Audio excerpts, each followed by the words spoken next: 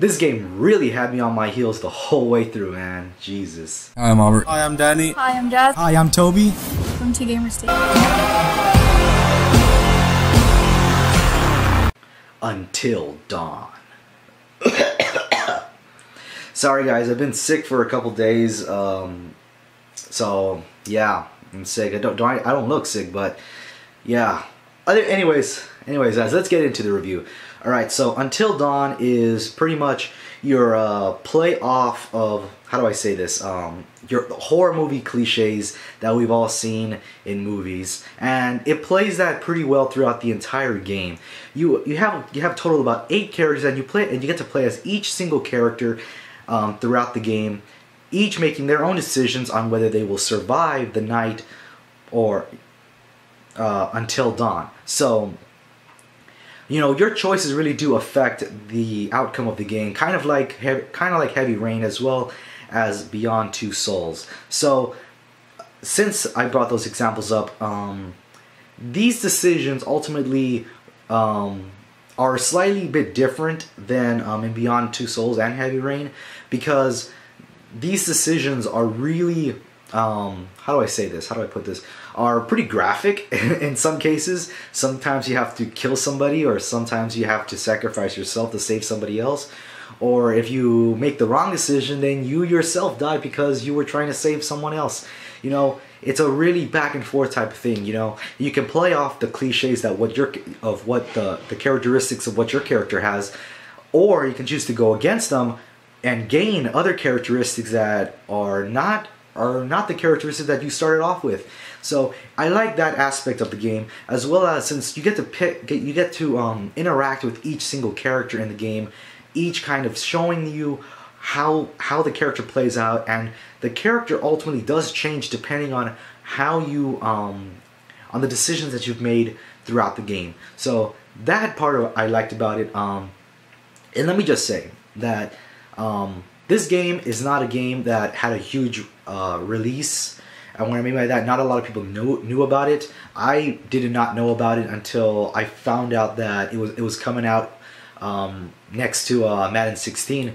So I ended up getting both games because of it, and I ended up liking this game. It's a very story-driven game, so if you're not really into that, I probably would not recommend this game, as well as if you're not the type of person that, if you guys have played Heavy Rain and Beyond Two Souls, and if you liked it, by all means, pick this game up. It's an awesome game.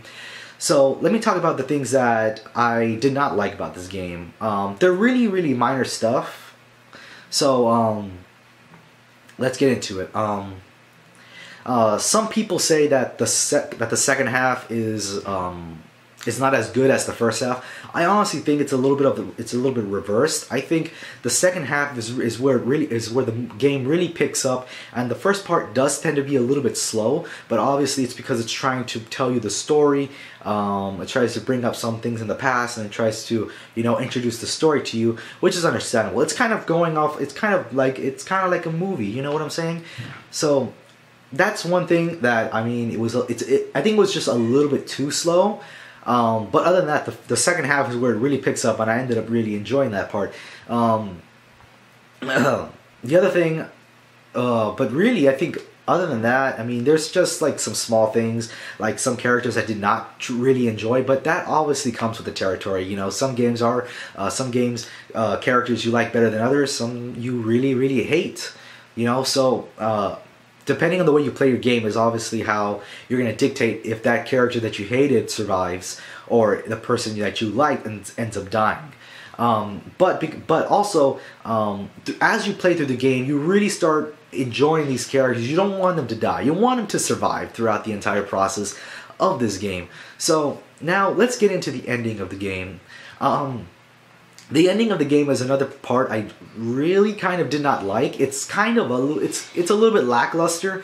As my first playthrough, not everybody survived, but I did play this game over and over again, and that's one of the things I really enjoy about this game, is that its replayability is pretty high, because you go back and change decisions to see different parts of the story, and that's the one thing I enjoy about this game, is that not only do decisions affect the dialogue and the interactions between the characters, but as well as some of the clues that you get along the sorry, along the story that you pick up are included in dialogue. So as my first playthrough, I missed some small items that I didn't pick up.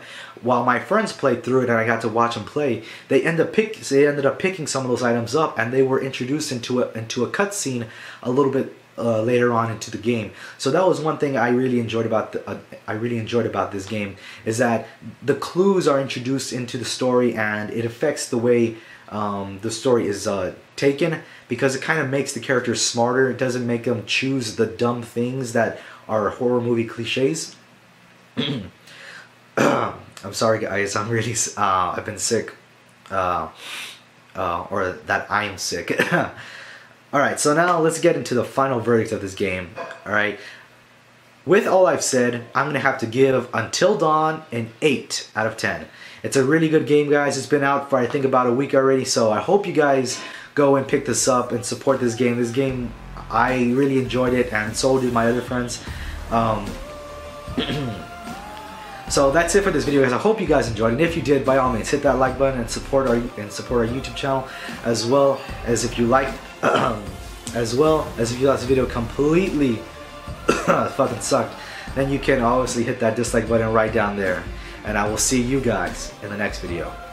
Peace.